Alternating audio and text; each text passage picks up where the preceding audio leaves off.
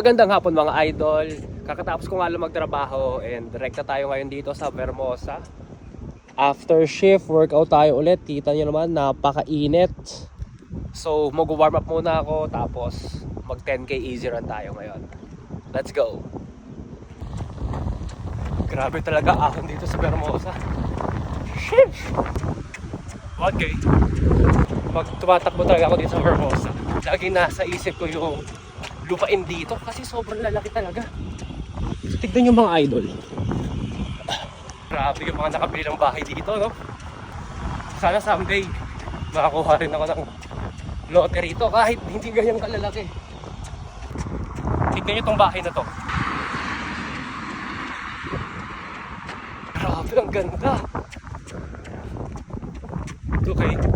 Bukod sa panay-akon dito sa Vermosa, grabe pa yung headwind. Yung hangin na kasalubong mo. Woo!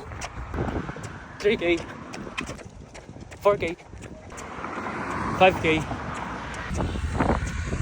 6k 7k. May bibilin sana akong lupa mga idol, kaso lang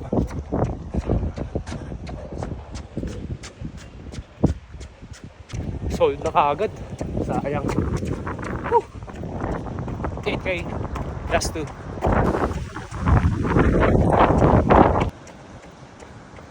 9k last 1. 10k. Thank you Lord. Tapos din. So ayun mga idol, natapos rin natin yung 10k run ko for today. Grabe.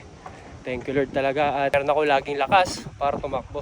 Yun lang mga idol, maraming salamat sa mga tropa, sa mga idol nating patuloy na nanonood ng content ko.